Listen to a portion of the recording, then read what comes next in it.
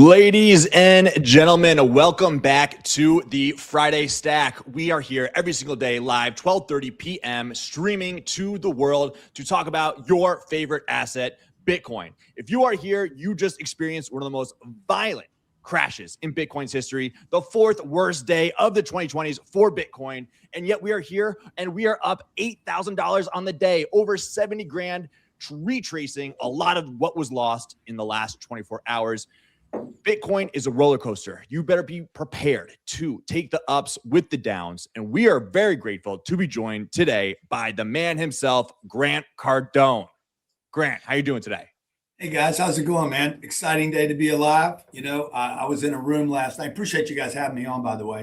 Of course. I was in a room last night and a guy made a really, really important point. He's like, when you invest when you make an investment in a stock or an asset that's got a 50 vol on it, what do you expect? And it was good, you know, like when I got in this game, I've been investing in apartments, you know, which is a very, like, we move 3% a year. It's like, oh my God, everybody in the real estate space just celebrates. Yeah. One way or the other, by the way, you can move up or you can move down. Real estate gets sick, but it never dies. And so when you take a real estate investor and you put them in something that moves $40,000 in 3 days, it's like my gut wrenches, and I need to be reminded that I'm in an asset that is extremely volatile, and that there's probably a 68% chance throughout the year that it's going to move 50% one way or the other. Real quick, Rob, you want to pull up your screen because we have a tweet from you from I think a few days ago where you put up your 2024 Bombardier Global on the market, your love of the life. Because Bitcoin was going down. People were talking both directions here. Is this because you want to sell it to get more Bitcoin? Is it because you have other things to do? Or what's going on with this? Are you still doing it now that we're back at 70? Well, you know, X is one of the most unbelievable places in the world to get information, and it's also a phenomenal place to troll. Yeah. So we're not quite sure what I'm doing here. My wife called and said, are you selling the plane? Well, the plane's listed on Controller. I just bought this plane November of last year. And not that it has anything to do with Bitcoin, but you know, the heavy jet, I sold a plane last year, a Gulfstream 650. I got what I paid for it 4 years before. I literally owned this unbelievable plane, owned it for 4 years, and basically got out at the same price I got in at, which says a lot about what's going on with the assets and what people want to do with money right now. This asset I bought just November, I closed, and I'm going to get more money than I paid for it. Like, that never happens in aviation, just so you guys know. Yeah. You know, when you buy a plane, whatever you paid for it, you know that plane one day will be zero. One day it will go to salvage for its parts. Mm-hmm. So it's kind of a joke that people are making money. They're losing money in everything right now and making money in a jet. It's impossible. Supply constraints, you know, just like so, you know, am I selling all this in order to buy more Bitcoin? We bought a lot of Bitcoin over the last since October, by the way. October, November, December, January. I've been buying it all the way. I bought it at 69. I bought it at 76. I bought it at 82. I bought it at 88. I bought it all the way to 108, and then I bought it on the way down. 92, 88, 82. I bought some last week for mid 80s and some earlier this week for 70, and I bought it 62 yesterday. Well, it's going to look like it's all on sale here in a few years, right? We're going to look back and think that we got it for 120 at some point. Jody, go ahead. You look like you're eager to jump in here for the next one. Yeah, I mean, I think with this whole past couple days, do you call your brother up, or does your brother call you up first just to talk shop on what you're about to do? Yeah, I always seem to call him first. By the way, Gary, if you're listening to this, you know, I'm the one most often initiating the call. Like, what's going on? What's happening? We got to bring your brother. Next time we'll have to bring your brother on too. We'll have the Cardone brothers at the same time. But go ahead, Robbie. Yeah. And so, I mean, as somebody who's been in Bitcoin, invested heavily for the last year or so, does this, your investors, are they calling you? Are they worried in terms of your real estate and the deal that you've got going on there? Yeah, so it's a great question. Nobody's asked me that yet. And we have about 1,500 investors that we onboarded into our real estate Bitcoin fund. We've done 5 of these funds now. Starting last year, 25, we started these. The first project I think we added 175 Bitcoin between the purchase time and the 12 months of positive cash flow, because we use our cash flow to add Bitcoin. That fund has 175, and a cost basis higher than what we're at today. And then the last deal that we did, we added 1,075 Bitcoin at the purchase. And we haven't added any from cash flow there because we're stabilizing that asset. So we don't have the cash flow yet to add, but we will. Out of the 1,500 investors, and this is as of yesterday, guess how many phone calls I've had from those 1,500 investors? These are not Bitcoiners, by the way. These are investors in real estate that we said, look, we're buying the real estate. It's cash flow positive.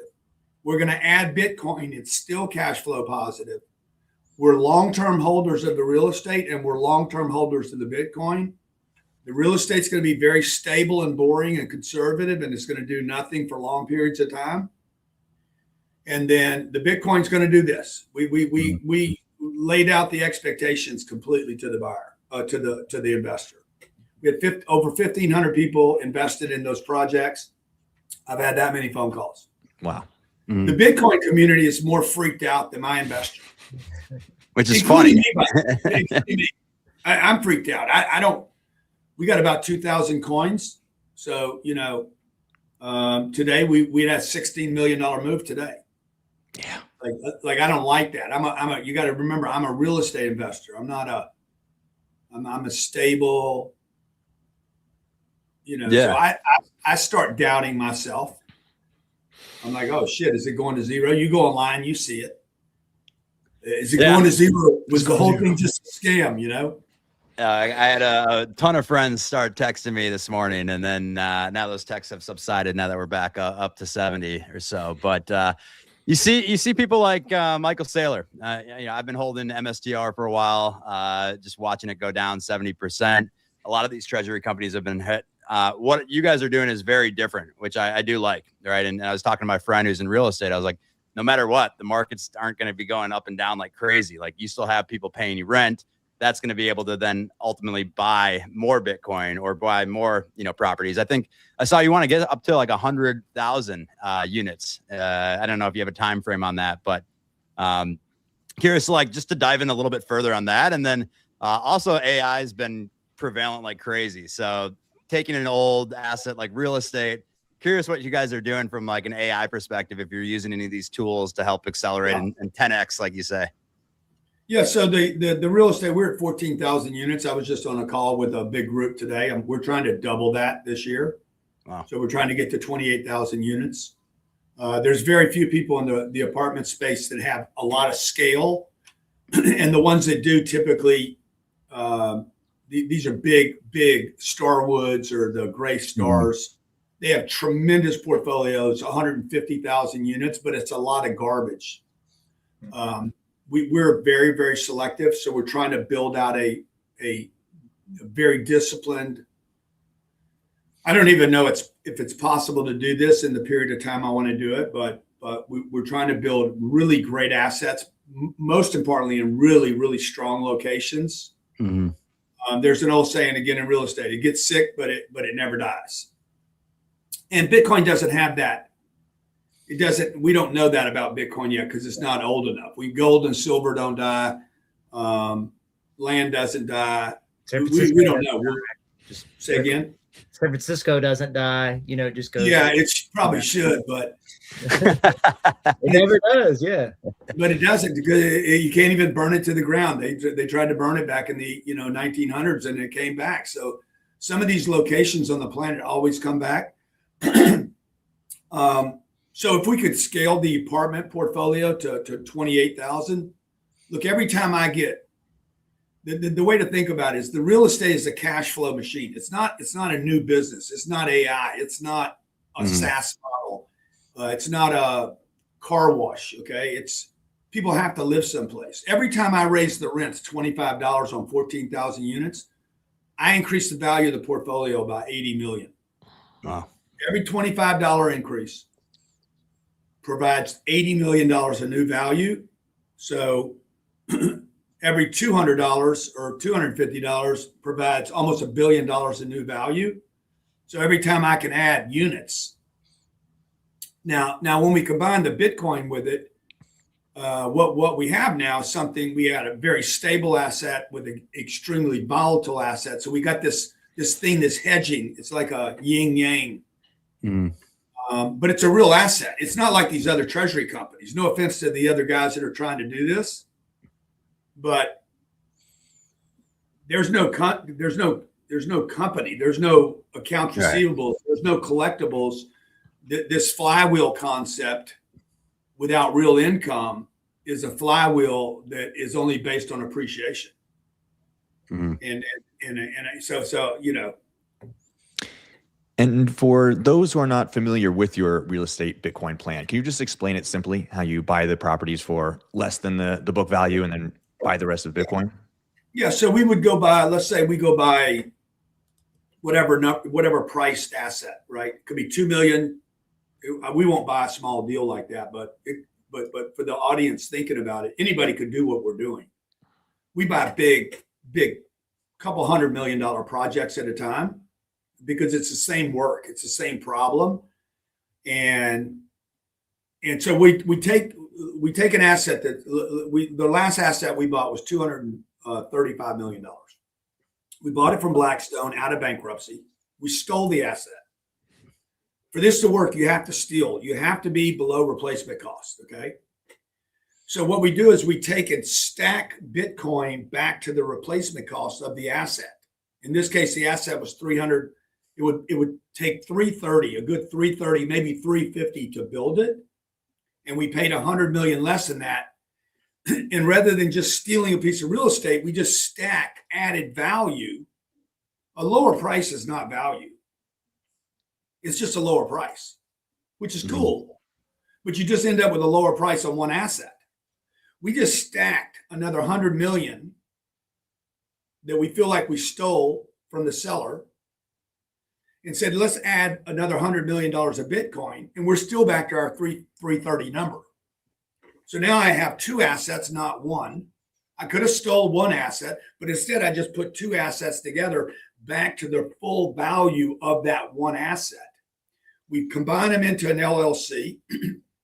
I write the check. I put the two together. I create or form the partnership.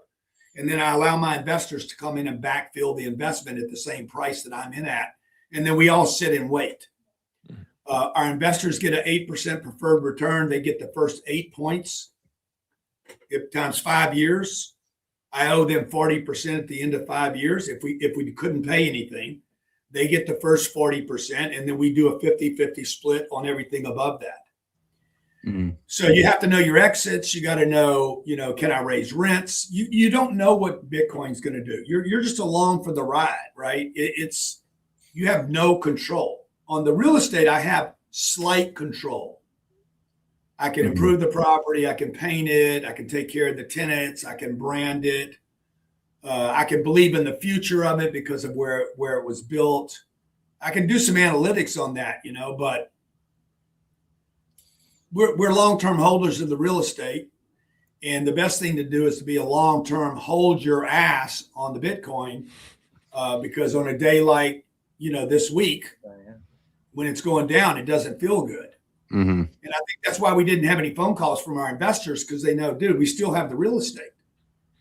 Even if the Bitcoin goes to zero, I need a plan to make up the $100 million loss. I bought 100 million of Bitcoin. If it goes to zero and we find out the whole thing was a scam, let's just pretend that could happen, because it could happen, right? Nobody knows. It could happen. Good. Yeah. Mm-hmm. If it goes to zero, I need a plan to get my 100 million back on the real estate. And then we all wash our hands and say, okay, it was a terrible investment, but we didn't lose any money. Mm-hmm. You said everyone needs to stop talking about Epstein, and I agree. I think it's been too much, but he did pop back up in the news recently with Bitcoin being, early on emailing Adam back. It seems like potentially there was some centralization happening early on. He invested in Coinbase early on as well. What are your thoughts about, like, we all have this dream, this vision of Bitcoin being decentralized, kind of fighting against the government. If it were to be found out that, the government did create this, is that zero event, or what do you think would happen if we found out the feds were behind this, or the CIA was behind it early? Dude, look, I was invited to a Diddy party and I didn't go. I was not invited to Epstein Island, but what I would hope that I would have said no. I don't, personally, I don't care about Jeffrey Epstein. I think he was a CIA agent. I also think that Diddy was a CIA agent. You can't get away with this kind of shit for this period of time without having somebody protecting you, being arrested. Okay. If any of us, the rest of us, did any of these things these people did, we would be in jail. They're not. I mean, maybe Diddy's in jail. I don't know. But yeah. I don't really care about Jeffrey Epstein. Like the whole thing's just too. I'm not going to spend 23 hours a day talking about pedophilia. Yeah. And I think it's overworked on the internet. And I think the people that are so fascinated with it, like at some point, dude, you got to, like, your fascination becomes a problem. Mm-hmm. Now, did the CIA build Bitcoin? I don't really care who built it. Okay. Yeah. Like, I don't really care. I think it's a new technology any more than I don't know really how Amazon works, or electricity, or my phone, or, how Tesla actually works. I just care that it gets me from one place to the other. Now they're saying that Elon is a government subsidized, and that he's not actually an entrepreneur, and he's not a genius, and this is all fabricated by the government. I think at some point, like, if you just give up on all good things, like, and I'm not going from Epstein to goodness, but some of this is just too deep for me. Mm-hmm. And maybe I'm just not deep enough and not aware enough. Could be. Yeah. You got to control what you can control in life. Yeah, dude. Like, 100%. Look, I think the market's going to keep going down, guys. I think the AI thing is going to be a disappointment. I think the AI is going to be overfunded. I think the data centers are going to be overfunded. I would not be investing in data centers around the United States. I talked to a big bank the other day. They're selling their real estate apartment portfolios so they can move into to data centers. If Elon goes up there and taps into the sun for solar, bro, these data centers will be worthless on this planet. Yeah. I think AI is going to disappoint. I use AI every day. We use it in every portion of our business. We use it from hiring to marketing to rent to rent calculations to you name it. I'm using it. Okay, but I still think it's going to disappoint. I think there's going to be a bunch of failures in the space, and I think that you're going to see the SaaS models are going to bust. You're seeing it right now. The tech is going to bust. When this liquidity comes out of the market, it's going to hurt Bitcoin. Bitcoin could go to $30,000 or $40,000. I don't want it to go to 30 or 40. We saw Google and Amazon just drop on earnings as well. It is interesting, which kind of brings me to Kevin Warsh, right? We do have a new Fed. You were notorious, called the Fed a chokehold on the American dream, I saw. Trump had nominated Kevin Warsh, former Wall Street guy. He's looking to, no one's really known what's going on. It seems like the market is viewing him as hawkish still. But he says he wants to fix the housing recession. He says he's a Bitcoiner. From a real estate perspective, how are folks in real estate taking a look at Kevin Warsh, and is it kind of a wait and see moment, or would love your take on the new Fed check? Yeah, I believe more in Donald Trump than I do in Kevin Warsh. Okay, so if Trump puts somebody in there that he can't control, Trump's going to lose a lot of credibility. Yep. You can't pound on Jerome Powell. And by the way, I hate Jerome Powell. I think Jerome Powell is an extension of Anthony Fauci.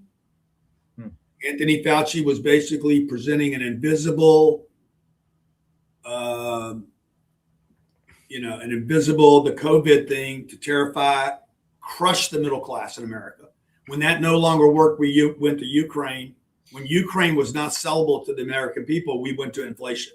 All three of these things are invisible to the American people. COVID's invisible. Ukraine was invisible. Inflation, invisible. You see it at the grocery store, but you can't explain it. Most of this inflation has been created by interest rates, by the way, not by tariffs. Tariffs did not create inflation. And by the way, money printing by itself did not create inflation. What created inflation was supply chains that were stopped. Couldn't build chips. Couldn't get my cars. Okay, people are freaked out at home. Okay, they got a $1,400 check. They're like, I can't do anything. I hate myself. I'm going to buy a house. I'm going to buy a car, and I'm going to buy a pair of shoes, and I can't even go out and use them. So when people get emotional, they tend to buy shelter. Always. By the way, if you go back to 9/11, right after 9/11, people went out and bought shelter. They bought homes at scale because they were worried about dying.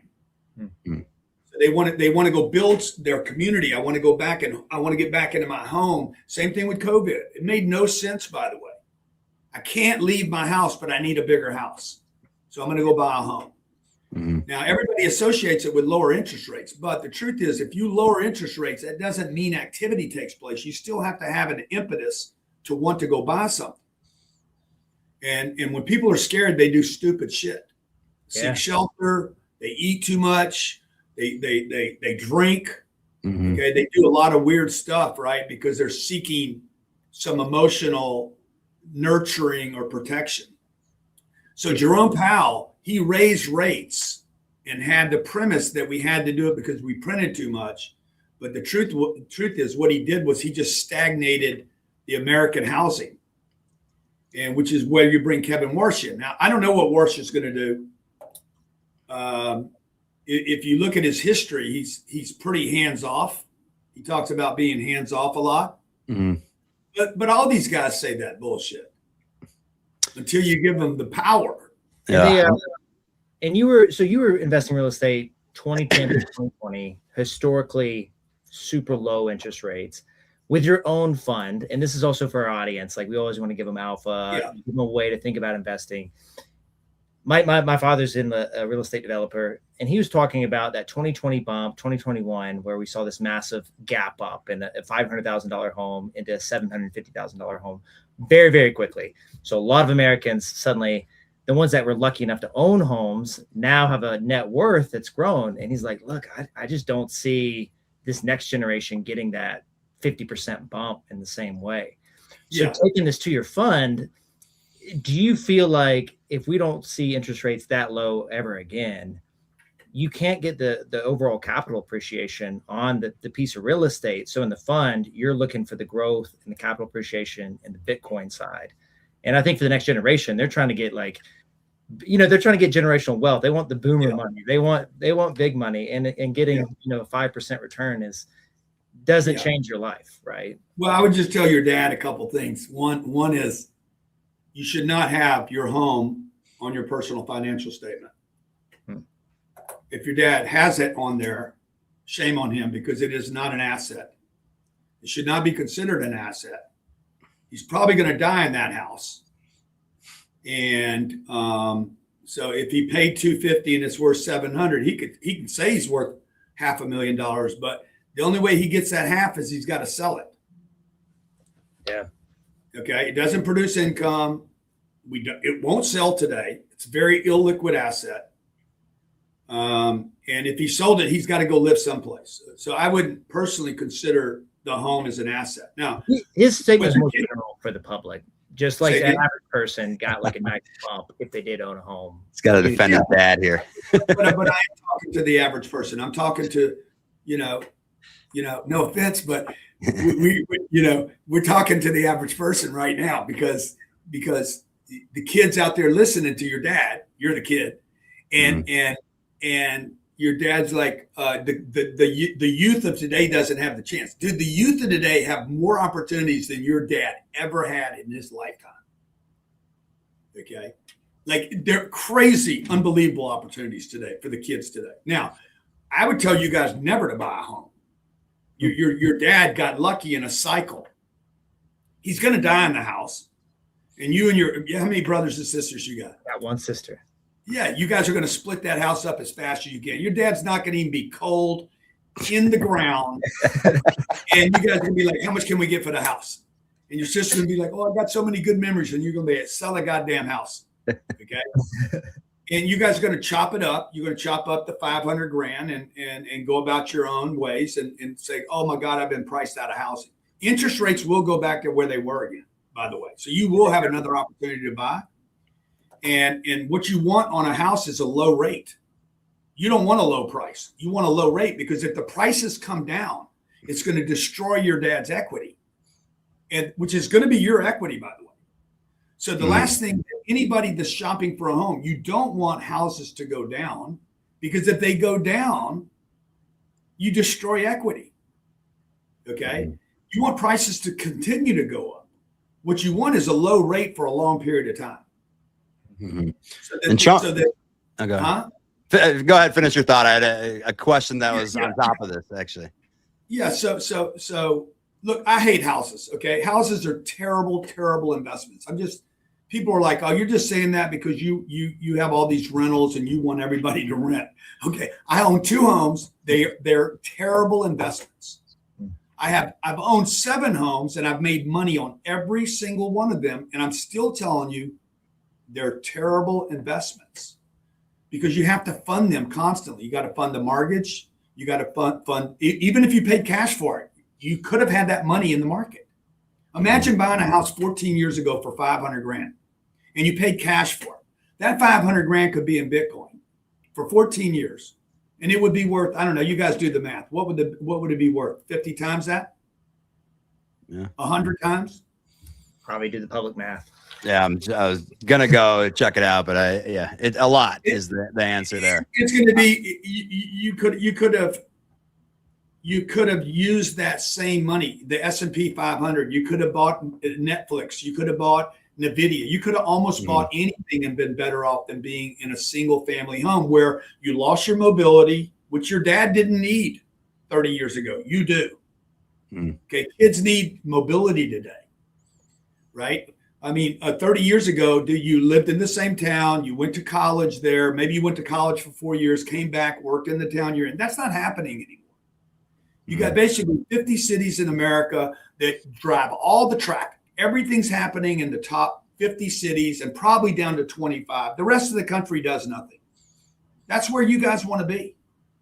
And this AI thing is going to catapult all that and accelerate everything like at 50x, to where I don't have to go to Harvard anymore. I can get a Harvard degree on my phone, not even a computer, right here, and pay nothing.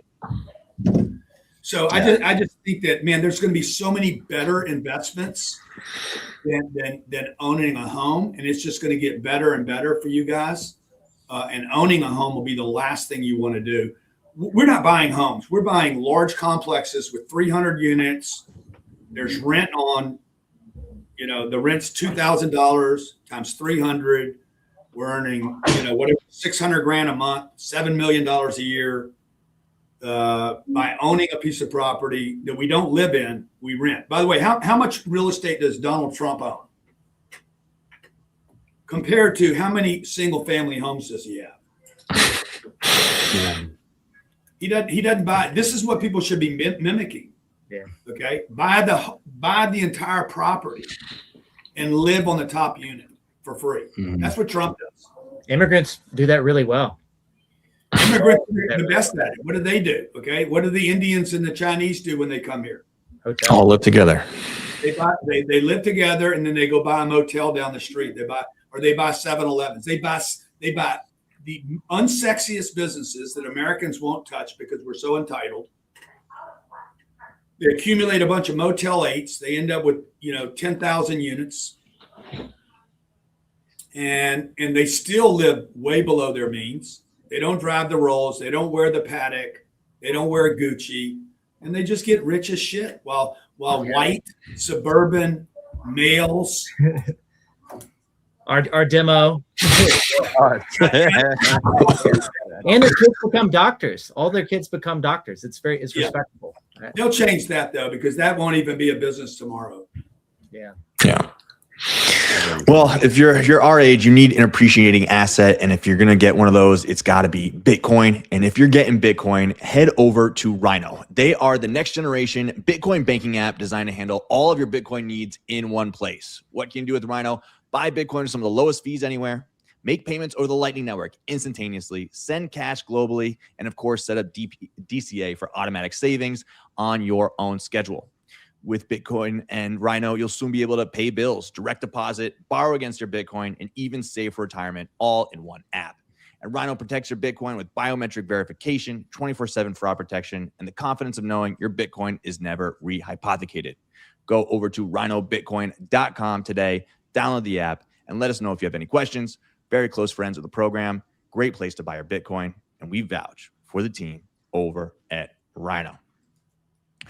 So, Grant, I wanted to ask you, you obviously have some distrust for Fauci, the government, what they did during COVID. You're calling Epstein maybe CIA. Did you always think this way? Or was there a time when you believed in the government fully and the dollar and then had your doubts later on? No, I've never. I mean, since I was, I think, 5 or 6 years old when John F. Kennedy was assassinated, and dude, I've never trusted dollar. I lost a quarter when I was 8 years old. My dad gave me a quarter, 25 cents. You guys probably don't even know what a quarter is. My dad gave me a quarter. I was walking down the street, felt like I was a baller, dude. I was a shot caller, 8 years old, fucking got a quarter.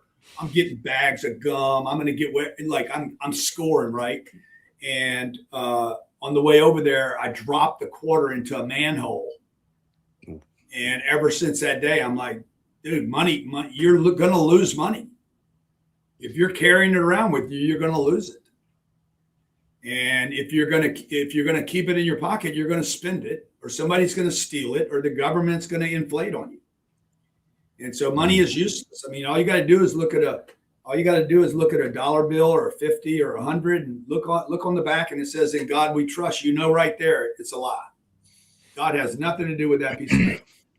And don't fold that dollar for the conspiracy theories out there. You see the all-seeing eye, which is pretty crazy. Bringing this back to real estate. Can I just finish on the dollar thing? I've never trusted money. Yeah. And so since I was 30 years old, I learned how to get it. And when I got it, I didn't know what to do with it. I didn't trust the stock market. I don't understand bonds. I'm not very sophisticated. So that's why I started buying real estate when I was 30 years old, because I was trying to upgrade the paper. Mm-hmm. Okay, this is way before Bitcoin, right? I'm trying to upgrade paper. I'm trying to get a piece of paper to be a piece of concrete. Something I can't lose, like the quarter. You can't lose a 48-unit apartment building, okay? If you don't over leverage it, you can't lose it. Like you can't steal the whole 48 units from you. Unless you're in New York, and Mamdani comes in and snags. Well, yeah, but even then, dude, even then, you can't take the property from me very easily. Mm. If it cash flows, by the way, I can go long periods of time and not lose it. So you don't want to over leverage it.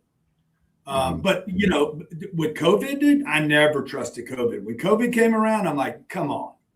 Dude, you were a lifeline for me on Twitter Spaces. Was listening to you. Me and Rob have talked extensively about this. We're one of the few in New York area that were anti all of that stuff. So it was great. I was on the top 10. I was number 2 on a top 10 list of what were they called? Mass spreaders. Misinformation. Yeah. Yeah. And a COVID spreader. I was a mass COVID spreader. They had some term for it, but because we were holding events, we were still holding live events. Mm. And the hotel was like, hey, you'd have to have plexiglass in between each person. I'm like, God, this fucking thing came from Wuhan, China. If it came from Wuhan, crossed the Atlantic Ocean, came into the United States, settled down in Miami, made it through the hotel HVAC, it could probably fucking get over the plexiglass. Yeah. It was crazy times, to say the least. We have President Trump came out with an executive order. I don't know where it stands today, but he wants to stop all the, the Blackstones of the world coming in, buying up these single family homes. You've always said a house is not an investment, as you just touched on previously. Does this ban make you like kind of the last man standing now for big capital and the government coming in for this multifamily empires next, you think? Or what's taking place now with this executive order? Yeah, that's a I think I think it sounds good. He's going to stop the institutions. Institutions buying real estate is not a problem. Institutions own less than 4% of the entire inventory. It's a nothing burger. Mm-hmm. Okay. The problem in America is the individual is not buying the real estate. The truth is nobody's buying it right now, except guys like me. And when they do buy, they buy the wrong stuff. So again, the government, Donald Trump will never tell you that a house is not an investment, because the American psyche is so pinned in to this idea that a house, that you deserve a house and you should have your own home. I mean, this is so embedded into the psyche of the American household that no politician will ever tell you, bro, it's not an investment. Hmm. Okay, it is simply a place to live. That's it. So you go to the hospital, you rent a room. You go to police station, you want to rent a room. You want to, and you, by the way, you want it to be a short stay, not a long stay. The moment the banks created this phenomenon called the American Dream, that's a house with a 30-year prison sentence. 50-year, maybe. You ought to go to 100. By the way, I told Trump, I said, why don't you go to 100, dude? Don't do 50. Why stop at 50? Go to 100, bro. Look, you're only going to keep the place 8 years anyway. And the 50-year amortization doesn't change the payment enough. So just go ahead and am it to 100.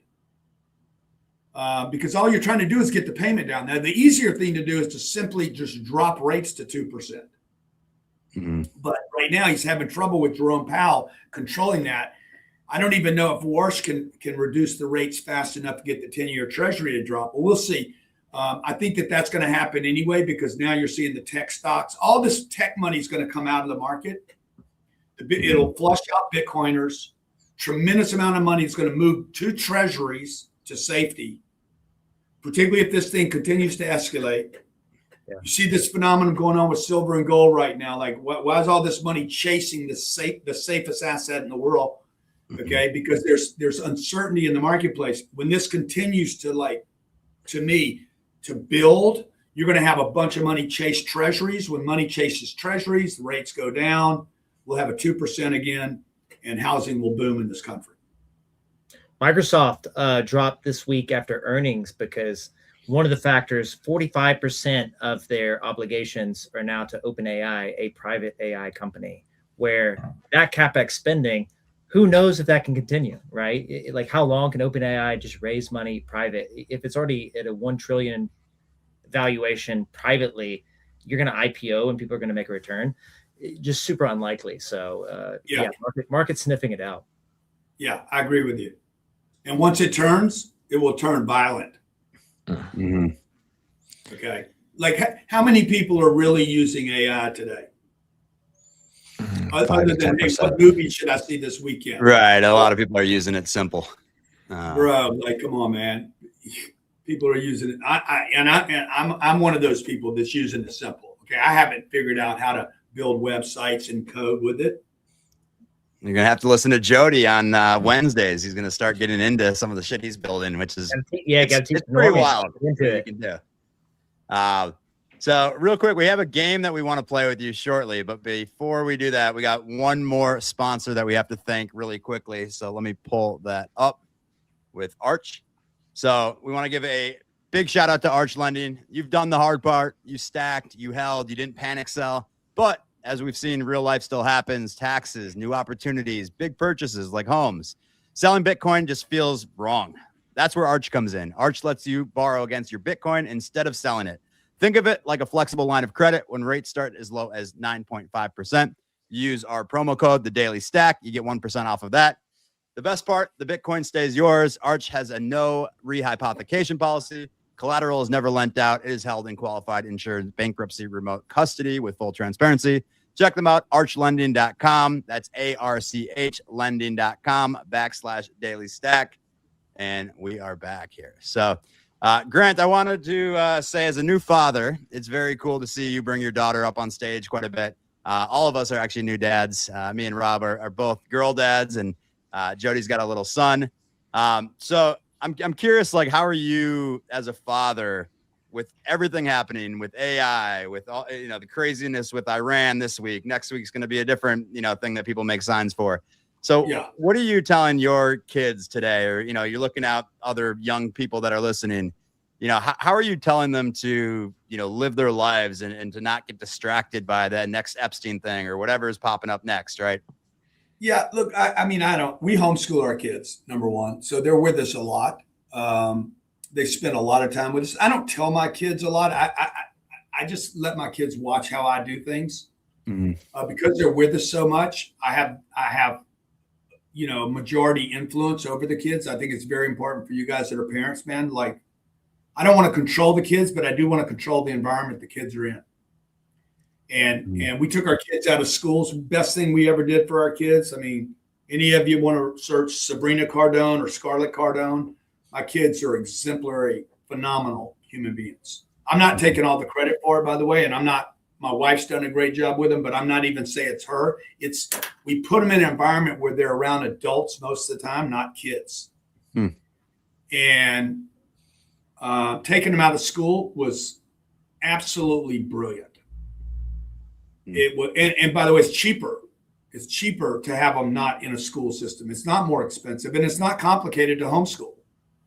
My 15-year-old finished school at 15. She's 16. She finished at 15. My 13-year-old's on track to finish at 15, and they weren't socialized by a bunch of idiots.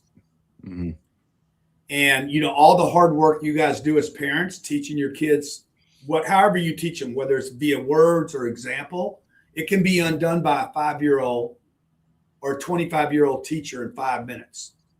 And you could spend the next 20 years trying to undo one piece of bullshit. Now, did my kids didn't get to be on the soccer team, and they didn't get to be a cheerleader, and they didn't get to wear the school uniform. And guess what? They didn't get introduced to the drugs and alcohol either. So yeah, they weren't socialized. I controlled the environment. And then we had our kids work for us. We put them on payroll. That's good. They're a write-off. Okay, write them off before you got to write them off. I was telling Jody, our kids are. What's the age? Because my kid's only 2, but by age 3, she's going to be. You can do them now. You can do them now. You could put them on payroll right now. Yeah, I think podcast produce. Yeah, put them on payroll. Dress them. They'll be 9 by the time the IRS probably audits you. And you just got to document how you used them. So I'm going to use my kids, by the way. My kids are using me. Yeah. Another thing I tell you is we never gave our kids an allowance. We put them on payroll with a contract. Hey, you have to do these things. And when you do these, we're going to pay you money. We pay them once a year.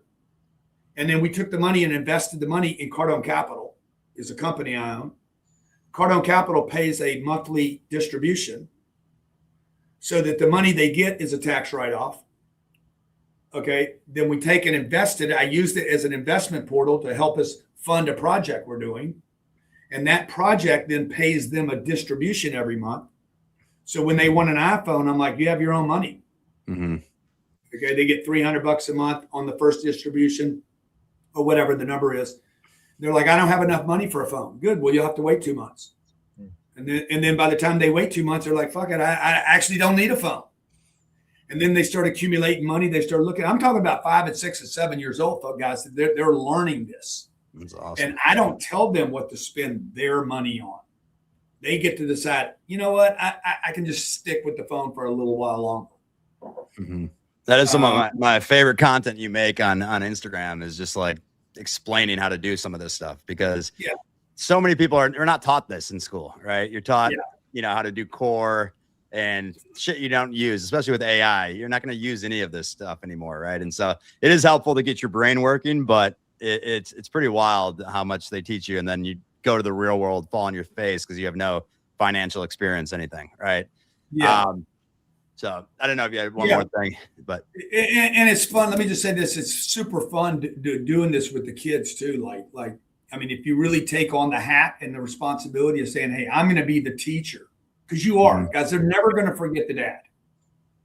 Okay, they're never going to forget the dad. The dad is not the mom, and the mom is not the dad, and they ain't never ever going to forget the dad. A good dad, a bad dad, or a medium dad, they ain't forgetting you ever. Okay, the anchor into that child is so unbelievable. Your most important job you're going to have in your entire life. The most important thing you're ever going to do is raising your children. It is the number one brings me more happiness than all the money I've ever made, all the success, all the books, the TV shows, all the bullshit I've done. Nothing compares to being a dad. And they're never going to forget it, dude. So like, you guys can make a huge difference. And one teacher can fuck it all up. Yeah. We've seen that far too often on Twitter. So a war zone out there. Rob, did you have one more question before we get to the fun game we're playing here? No, let's bring on the game. Let's have some fun. Good. All right, let me make sure this is full screen here. I'll remove me. You have to exit yours. All right, so Grant, we're doing a game I made up last night called Cardone versus Clone. So it's things that either you have said or someone else in Bitcoin has said, and we're going to see if you remember exactly what it was. Okay, cool. Let's see. Yeah, a little more fun than just a regular podcast here. All right, so first quote: Bitcoin is the ultimate business model because it has no employees, no overhead, and no human error. It's a frictionless enterprise. No, I would not have said that. Who do you think said it? Maybe my brother. Your brother. Oh, trying to throw you off on That's the first impressive. one. Why would your brother say that and not you? Because the last line, it's a friction. What would you say? What's the last line on it? It's a frictionless enterprise. Let me see. Yeah, I don't talk like that. When I saw that, I said, "Oh, that's my brother saying that." Rob, you want to go with the next one? All right. Real estate is a slow death. Inflation and taxes eat the building before you can even collect the rent. Bitcoin is the only way to fight back. No, that's some maximalist Bitcoiner. Let's see. That's some revolutionary. Yeah, Michael, that's some maximalist Bitcoiner. You're right. Smelling them out. There it is. Have you met Michael? By the way, me and Michael have spent a lot of time together. I did a long interview with him. But Michael told me he's one of the people I went to before I created my real estate Bitcoin hybrid. And he's like, you need to drop the real estate and just do the Bitcoin. Well, maybe not. That's a nice way to say it. 100%. All right, Joe, you're on this next one. When the market crashes, the poor sell and run, but the rich rush in and buy. A crash is just a sale for people who have cash. No, I didn't say that. Let's see. Who do you think said that one? I don't know who said this. I'm trying to remember. Rothschild. Robert Kiyosaki. Dude, that's exactly what did I just say? What did I say? Some fraud. You said it. Yeah. That guy is, by the way. I'll just say it right now. Frauded out. Oh yeah. He did not write the book. Yeah. Rich Really? Dad Poor Dad. So there was no Rich Dad Poor Dad. He published the book at most. He had nothing to do with the writing of it. And I just wish Richard, he would just tell everybody the truth, dude. It's a parable. There was no Rich Dad, Poor Dad. Yeah. Just tell us a parable. And it would be more legitimate, by the way. And so when he says, I think, what was it? I don't know. He said he sold 2 Bitcoin recently and bought a laundromat. I'm like, bro, what are you, rich dad or poor dad right now? Only a poor dad would sell his Bitcoin to buy a fucking laundromat. A rich dad would borrow against his Bitcoin to buy the laundromat. All right, let's see if you know this one. If you aren't being criticized for your Bitcoin position right now, you aren't big enough. Criticism is the signal that your wealth has arrived. No, that's not me. It is you. At least no, I didn't say that. No, that's a misnomer. That's a misnomer. It could be a Gemini hallucination if it was. Go back again. Let me see what it said. I might have said the first sentence, but not the last sentence. If you aren't being criticized for your Bitcoin position right now, you aren't big enough. Criticism is the signal that your wealth has arrived. Yeah, no, you miswrote that. All right, well, we're gonna blame Grant, what is your take on criticism and haters? I mean, you got to deal with a lot of it when you're built a position as large as yours in terms of influence and a media personality. Yeah, you're going to get it, man. It's part of the, everybody wants to be successful, but nobody wants all the stuff that comes with it. Like if you're going to own a dog, it comes with ticks and fleas. So if you're going to have kids, it's going to come with throw up and, getting them to school and changing their clothes and a budget. Like everything comes with everything. It doesn't just come with the good side. So the haters and the critics and the Monday morning quarterbacks, dude, they're endless. Yeah. And most of this hate moves up. It doesn't come from the top. It comes up. And, Michael Saylor loves what I'm doing. People that don't do what I do. I got a lot of people loving the fact that the Bitcoin's down right now because they know I literally post every time I buy it. I just bought stuff at 72. I bought it at 76. I bought it at 82. I bought it at 108. So people are like, "Oh God, dang!" I mean, they just make up what I'm down. Mm-hmm. Has that changed over time? Like as you've become more successful, has the hate your ears listen less? Pretty much it gets worse. You know, just get more people hating, dude. So, question though, real quick on that topic is, with your kids specifically, a lot of people want to protect their kids from social media, putting their face out there too quickly. But now we're seeing even with AI and like software, it's not as valuable to create a website. It's not as valuable to create like a piece of SaaS, like a SaaS company.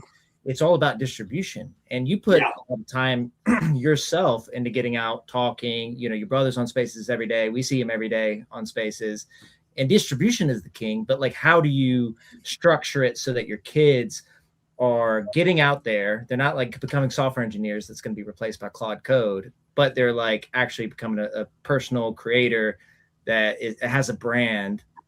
And how do you structure that for your kids? Well, I mean, you're right. Distribution is the key, right? I mean, the idea was that content was king. And I'm like, I've always said content is not king. Okay. Superior content means nothing without distribution. Mm-hmm. We now see that Mr. Beast actually had funding. I've always wondered, how did Beast get out there? Dude, he had a bunch of funding behind him. That's how. And I remember asking him, hey, would you speak at my gigs? A couple of times we asked him and he wasn't available. It's because he had funding. He already had a commitment and they were working behind the scenes to get the deals.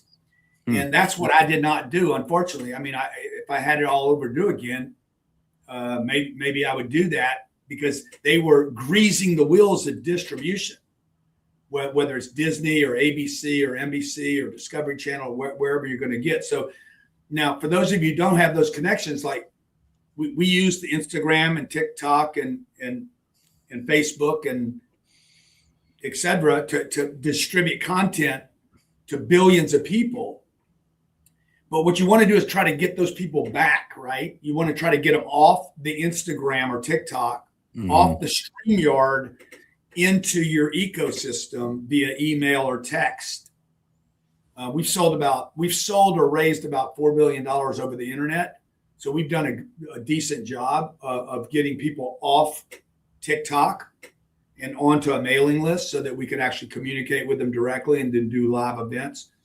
And so that's what I tell my wife and my kids and even my team, right? Like, guys, content, whatever, endless. There's endless amounts you know, bullshit, good, bad, or indifferent. I mean, all the little questions you asked me in the quiz, every one of them was wrong. Yeah. Well, why look up what Grant Cardone said? We could just make up what he said. I'm blaming Google. That stock's going to drop a little more now because of that one. No, thank you so much for popping on and bringing it back to us with 21rates.com. That's our site that we've built now because we're seeing Bitcoiners not know where to go. What is it again? What is it? 21rates.com. Let's see if we can pull this up real quick. 21rates.com. You see how I'm helping you make sure the audience knows what it is? Exactly. Is that 21? Is that a 2-1? That is a 2-1. The number 21rates.com/stack. You can come and spin every single day. Get free Bitcoin. We have education courses. We're here to show you, compare different companies that are in the space in Bitcoin, different exchanges, what their rates are on lending, etc. And so we got to get our Cardone's fund on here. We got to get the fund like either on the ETF page or something special there. Exactly. So wrapping this up here. Oops, there we go. We're thinking about, by the way, we were going to go public. You mind if I do this? Yeah, just go for it. We were looking at going public last year.